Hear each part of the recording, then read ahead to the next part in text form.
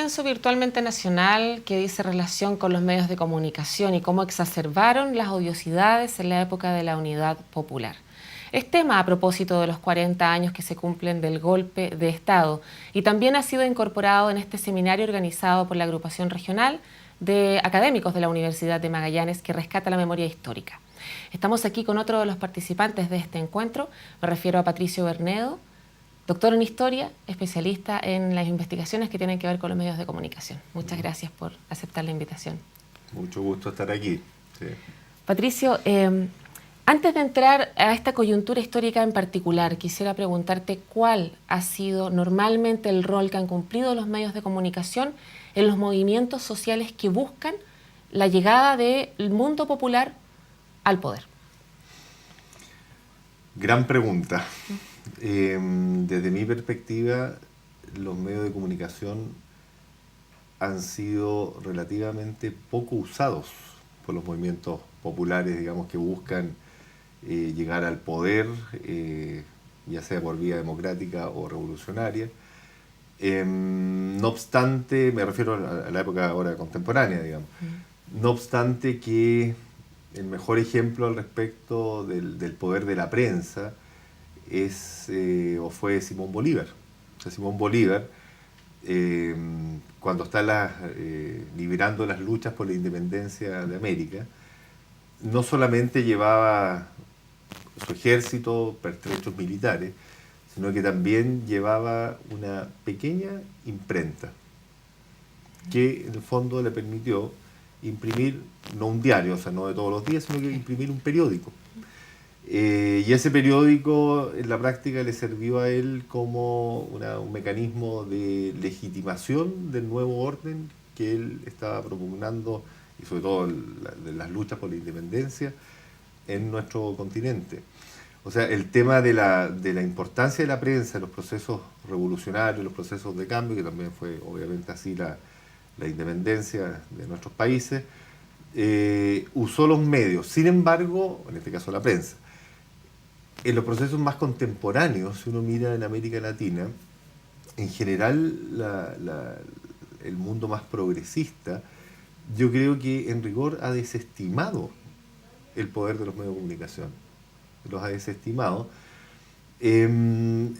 por la idea probablemente de una suerte de inevitabilidad que tendrían, ¿no es cierto?, los procesos de cambio social. O sea, dicho en fácil, más allá que tú uses o no uses los medios de comunicación, la revolución se va a producir igual.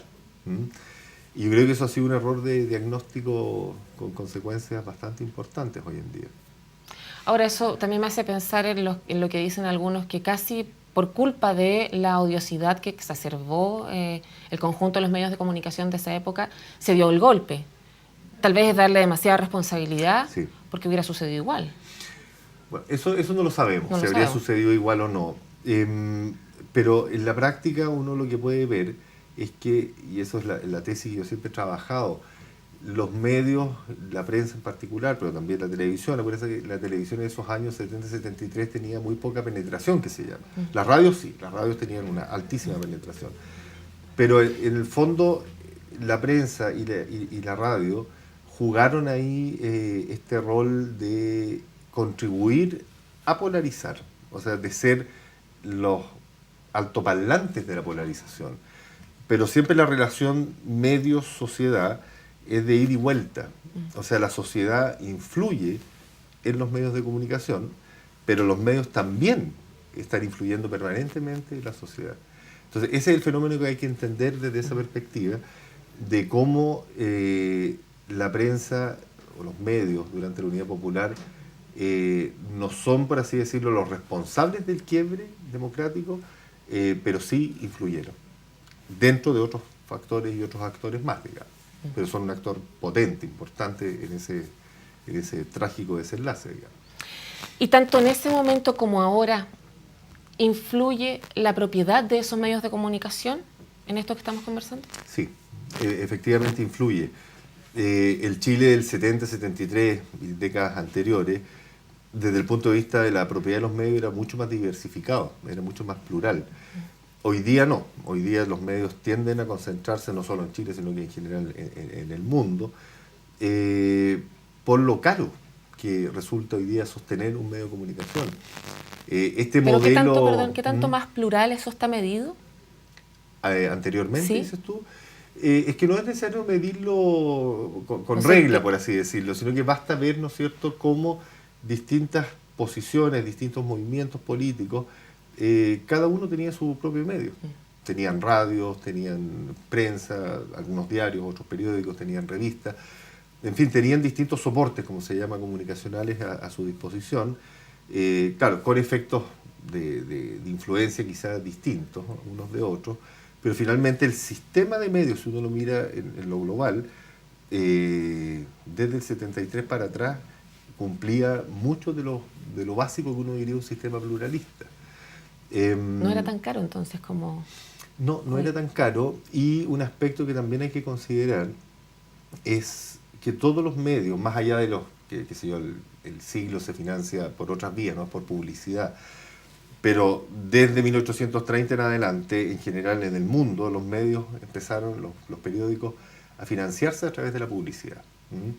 Eso les permitió profesionalizar a los periodistas, tener una calidad muy superior, física me refiero, ¿no es cierto?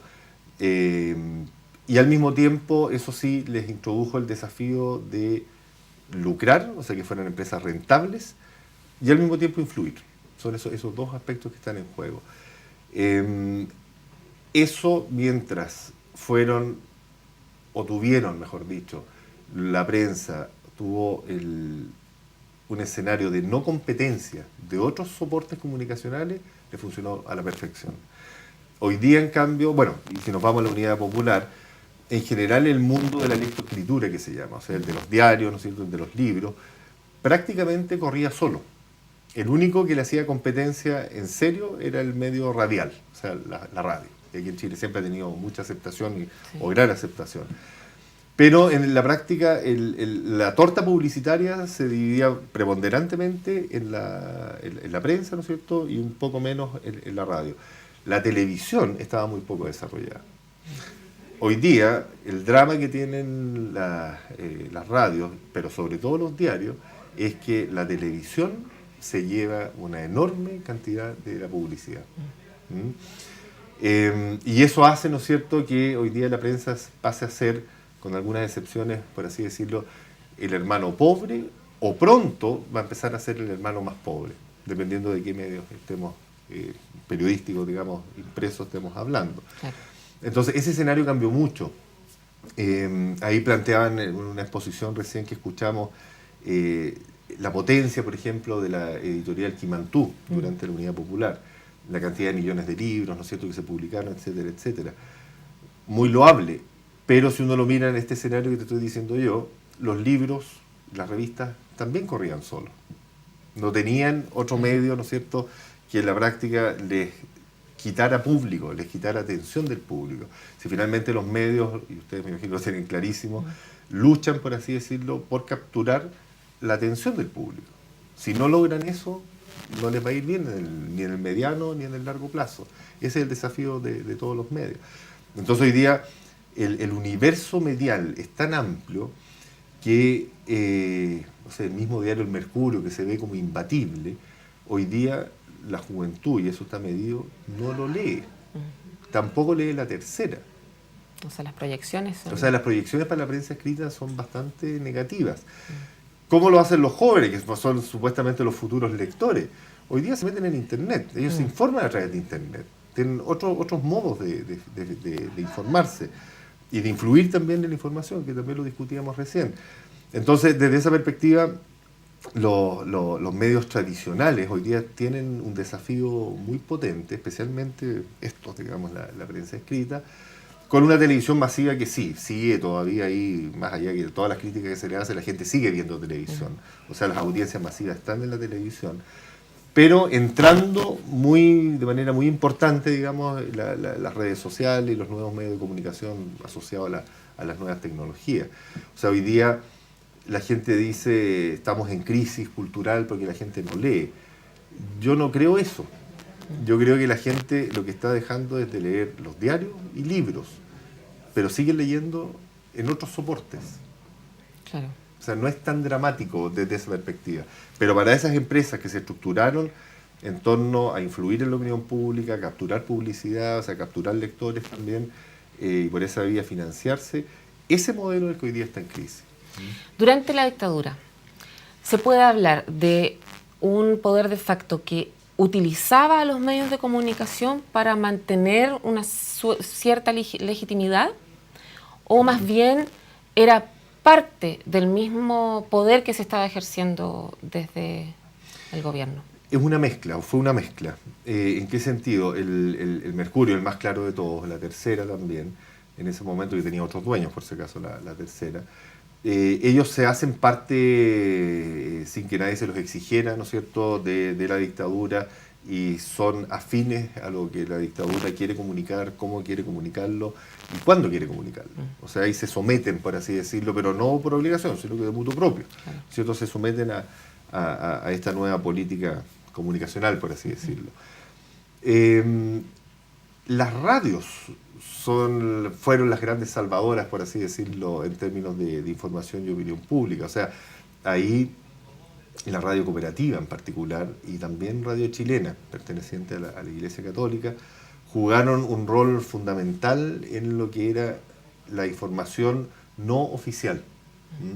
Yo no sé si aquí en Punta Arenas también fueron intervenidas. pero no sé si la Iglesia Católica tuvo aquí también alguna radio en algún momento, porque era una cadena de radios la que en el fondo en el noticiero se articulaba en torno a radio chilena, por ejemplo. Sí, la Presidenta Ibáñez, pero más que nada para la década de los 80. De acuerdo, claro. No, en los 70 efectivamente ese tema es complejo, pero sobre todo ya en los 80, y especialmente en el mundo de las protestas, te diría yo, 83, 84 en adelante, ahí ya las radios toman esta potencia, como te digo, de ser los únicos medios validados y legitimados ante la opinión pública en términos de decir la verdad de lo que estaba pasando en Chile en ese momento. Entonces, ahí uno ve que las cosas no son tan blanco y negro. Y en ese contexto también empiezan a aparecer las revistas de oposición. O sea, ahí aparece, bueno, la misma revista Hoy, la revista Análisis, la revista APSI, que fueron la revista Cauce, un poco más tarde también, grandes revistas, financiadas en su mayoría, eso sí, por fundaciones extranjeras, en su mayoría europeas o en alguna medida también norteamericanas, que podían reclutar buenos equipos de periodistas, ¿no es cierto?, con muy buena capacidad de investigación sobre todo, y yo creo que ellos, corriendo enormes riesgos, bueno, incluso fueron asesinados, manda algún periodista por ahí, ¿no es cierto?, también pudieron cumplir ese rol, muy adosado, por así decirlo, al rol que también cumplen las radios. En los diarios propiamente tales, donde hay un déficit democrático, si tú quieres, mucho mayor. Ahora, antes del surgimiento de esos medios de comunicación en la década de los 80, ¿cuántos medios desaparecen tras el golpe? O sea, desaparecen todos los medios de izquierda, literalmente. O sea, ahí no quedó ni uno. Por lo tanto, ahí parte esta suerte de barrer con la pluralidad, ¿no es cierto?, que existía hasta ese momento en materia de medios de comunicación.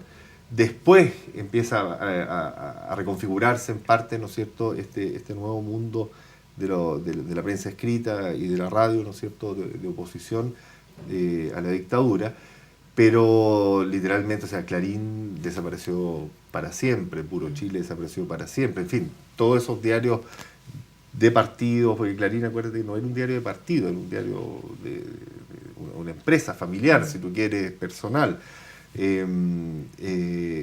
Esos diarios desaparecen todos. ¿Y qué pasa con una sociedad cuando ese tipo de cosas suceden? En términos intelectuales, en términos de educación, en términos culturales al final. O sea, una consecuencia evidente, ¿no es cierto?, es que tú pierdes la capacidad de una información plural, que eso es básico en cualquier sociedad democrática, y que eso se respete. Y la otra consecuencia, que es más positiva, es que también empiezan a aparecer mecanismos que intentan romper ese cerco de censura, apelando al mismo Fortín Mapocho. El Fortín Mapocho aparece apelando a un resquicio legal. de un diario que estaba autorizado, no me acuerdo, muchas décadas atrás, ¿te fijas? Entonces aparece ese ingenio de cómo podemos romper el cerco de la dictadura. Lo único que la dictadura no transó fue la televisión. O sea, ahí fueron, entre comillas, inteligentes en decir, este mundo no lo soltamos. Si tú te das cuenta, la privatización del mundo de la televisión es al final de la dictadura, sí, cuando aparece Mega, o Megavisión, como se llama. Gracias a Televisión Nacional, paradójicamente. También, ¿te fijas? Entonces, eso lo tenían claro. En el otro, eso lo estaba investigando, de hecho, una doctoranda mía en el Instituto de Historia de la Católica, que cómo hay una suerte de conversación desde las radios y desde especialmente de las radios y de algunas revistas, con la dictadura, de transar, ¿no es cierto?, que no se castiga a los avisadores. O sea, por eso digo, no es tan blanco-negro, es un mundo mucho más complejo. Eso es lo que quiero intentar graficarte. Que los cierres no fueran tan brutales, ¿te fijas? O sea, finalmente se conversa desde estos medios de oposición dura, se conversa con el Ministerio del Interior, se conversa con DINACOS, que es la Dirección Nacional de Comunicación Social, de la época que era la que finalmente censuraba, con estrategias de sobrevivencia, digamos. Ahora, ¿se ha perdido algo de eso o en realidad es más propicio tal vez un ambiente de complicación o de prohibiciones para que surja el ingenio, por ejemplo, del que tú hablabas? Que por el otro lado tiene a un público que por esta prohibición generalizada está tal vez más ávido de tener esa información que se prohíbe sacar, que hoy nadie prohíbe sacar, pero que tal vez ha perdido público. Mira, ahí se da una cosa que es bien notable, se dio una cosa que fue bien notable. Ejercer el periodismo, fin de los 70 y sobre todo en la década de los 80, era un acto heroico, sí, para decirlo con todas sus letras. Ejercer el periodismo tenía riesgos, como recién lo planteamos, ¿no es cierto? O sea, asesinó de hecho a varios periodistas, algunos muy destacados, conocidos en ese sentido, digamos. Eso incluso se reflejó en los puntajes de ingreso a la carrera de periodismo. O sea, la Católica, que normalmente es la que tiene los más altos puntajes en muchas carreras, entrar a periodismo en los años 80, tenías que estar fácil en los 800 puntos. Sí, lo sé. Principios de los 90 también. Era medicina. Claro, o sea, era claro, medicina, periodismo estaba sobre derecho, sí, que es otra carrera, sí, de alta demanda, por sobre arquitectura, en fin. O sea, periodismo estaba medicina y después venía periodismo. Esa era un poco sí, para que nos ubiquemos en el contexto, ¿te fijas? ¿Y eso por qué? Porque ser periodista, ejercer el periodismo tenía este rasgo heroico, tenía este rasgo que tú ibas a ser en parte el que iba a liberar a la sociedad, ¿no es cierto?, el que iba a informarla con la verdad, etcétera, etcétera.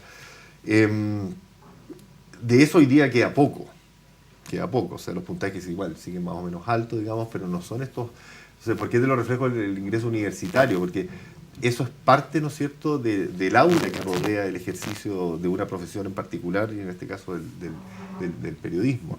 Entonces, claro, hoy día la información es importante en la toma de decisiones en alguna medida, pero no es un tema crítico, urgente. Cuando tú vives en una sociedad, ¿no es cierto?, que tiene muy pocos espacios de libertad, de información, de expresión, de ejercer, digamos, tu ciudadanía a nivel público, obviamente, ahí es donde la prensa juega un rol mucho más importante. Y justamente eso explica entonces que medios como APSI, Hoy o en la misma época, después hayan desaparecido. Juan Pablo Cárdenas, por ejemplo, ahora está tratando de hacer lo mismo que hacía antes, con mayor cobertura tal vez, en una radio Universidad de Chile que está más reducida. Ellos mismos dicen, bueno, antes teníamos el apoyo de organismos internacionales, pero una vez que ya llegamos a la democracia no se justificaba seguir apoyándonos. Y el gobierno ha ido financiando a estos medios tradicionales que mantienen el duopolio en el caso de la prensa escrita y otros monopolios en otros soportes. Bueno, es que esa fue una gran discusión de los inicios de la transición, digamos, del momento que se vuelve a la democracia. ¿Qué hacer con esas revistas, por ejemplo? Como te digo, las radios lograron sortear, y muy bien, esa complicación. O sea, las radios ahí, que es una investigación que no se ha hecho del todo bien, yo creo, con profundidad. O sea, ¿por qué a las radios les va bien? O sea, logran pasar de la dictadura, financiándose a duras penas con publicidad, entran a esta sociedad de mercado de alta competencia, y sobreviven. Radio Chilena no. Radio Chilena se fue para abajo y desapareció, literalmente. Se fortalece Radio Cooperativa y se fortaleció más tarde una radio regional de alto impacto a nivel nacional, que viene a Concepción, que es la Radio Bio Bio. O sea, ese mundo pasó la prueba, si tú quieres, de la blancura.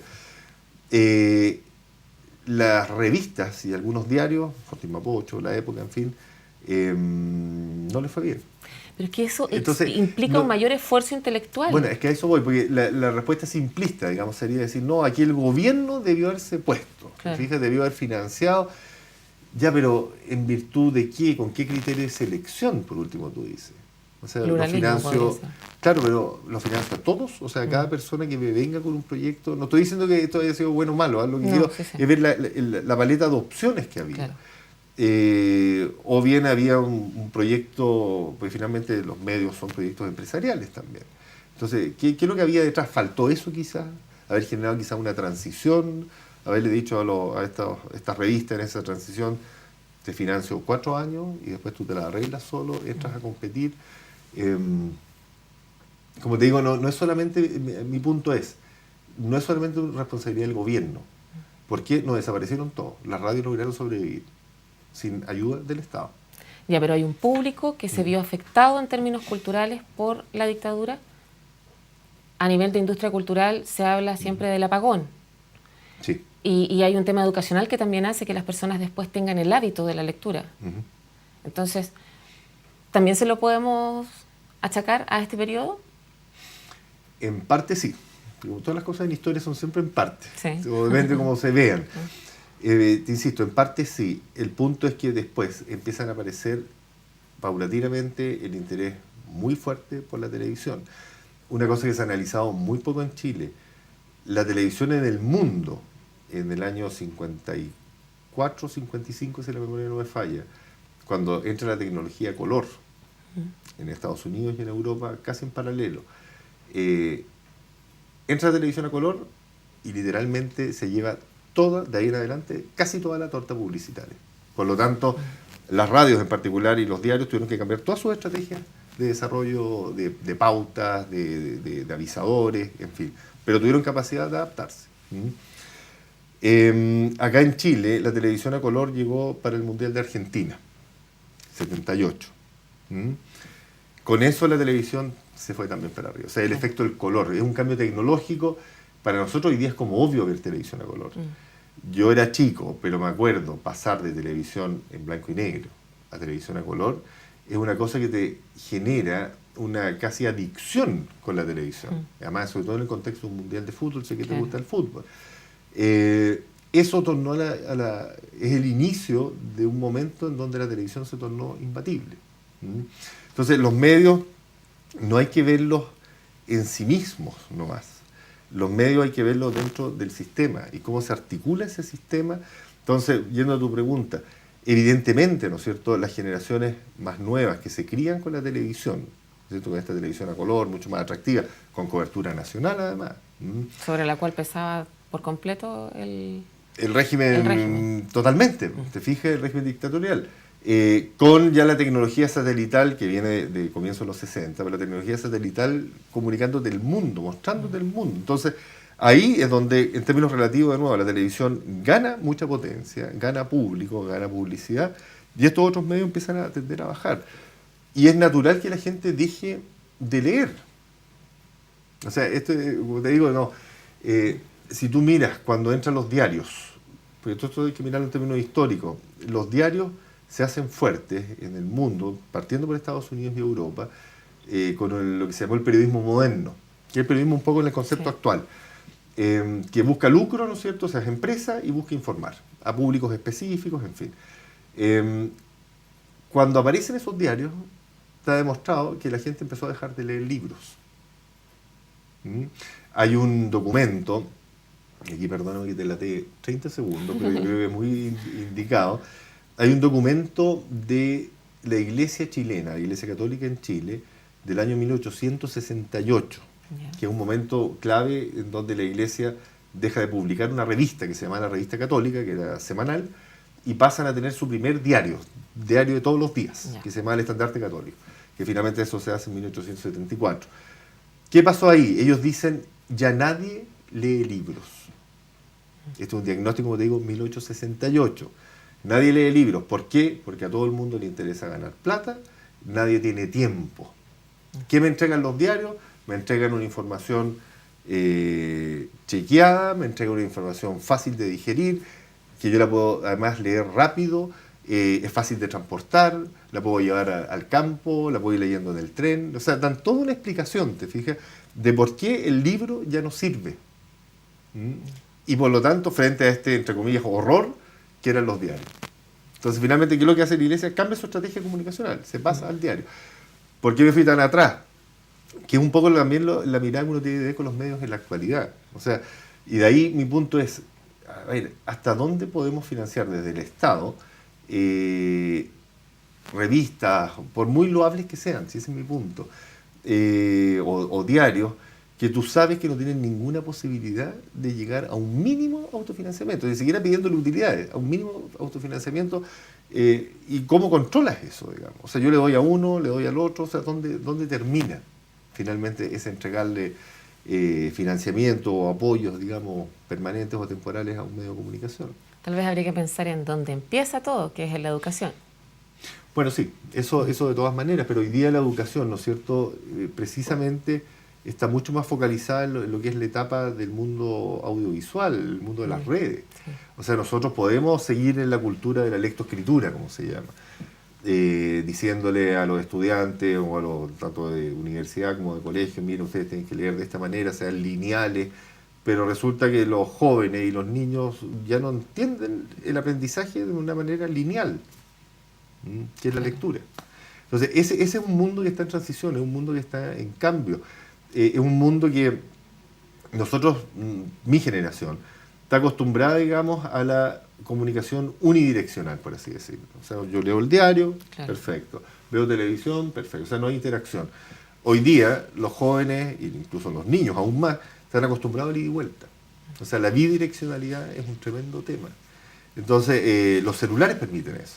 O sea, la gran revolución, en parte, fue el computador conectado a las redes, pero hoy día son los teléfonos inteligentes, como se les llama. Ahí está. Entonces, eso es un cambio que algunos dirán, pucha, ya nadie lee libros, ese mundo, pero a veces pasa que los mundos se acaban nomás. Y eso históricamente ha sido así, y va a seguir siendo así. Por mucho que duela, digamos. Las entrevistas también se acaban, así que para ir finalizando. Buen cierre. Sí. Sí. Quisiera que pudiéramos de alguna manera sintetizar en los valores democráticos esta conversación. ¿Cómo debiera ser el sistema que sostenga medios de comunicación que aporten a la democracia? Pero a esta democracia real, que es la que estamos hablando recién, la interacción, en el fondo. Yo no recibo la información de parte del poder, sino que yo soy capaz de cuestionarlo y de esa manera también tenerlo.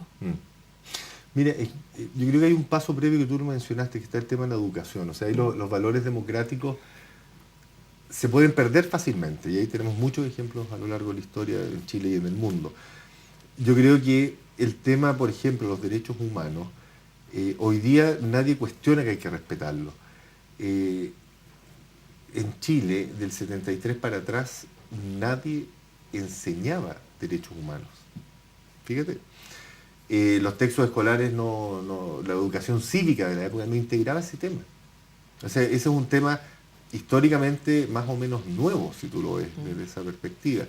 Entonces yo creo que ahí, en la práctica, porque los medios no funcionan solos, funcionan en función de los intereses de la audiencia, o de las audiencias, como se dice hoy en día. Entonces, si tú tienes... Pero perdón, en ese diagnóstico, ¿qué pasa con la ideología que está detrás? Digamos, el dueño, el propietario de ese medio también está influyendo en el tipo de información, no solamente la audiencia la que define el contenido.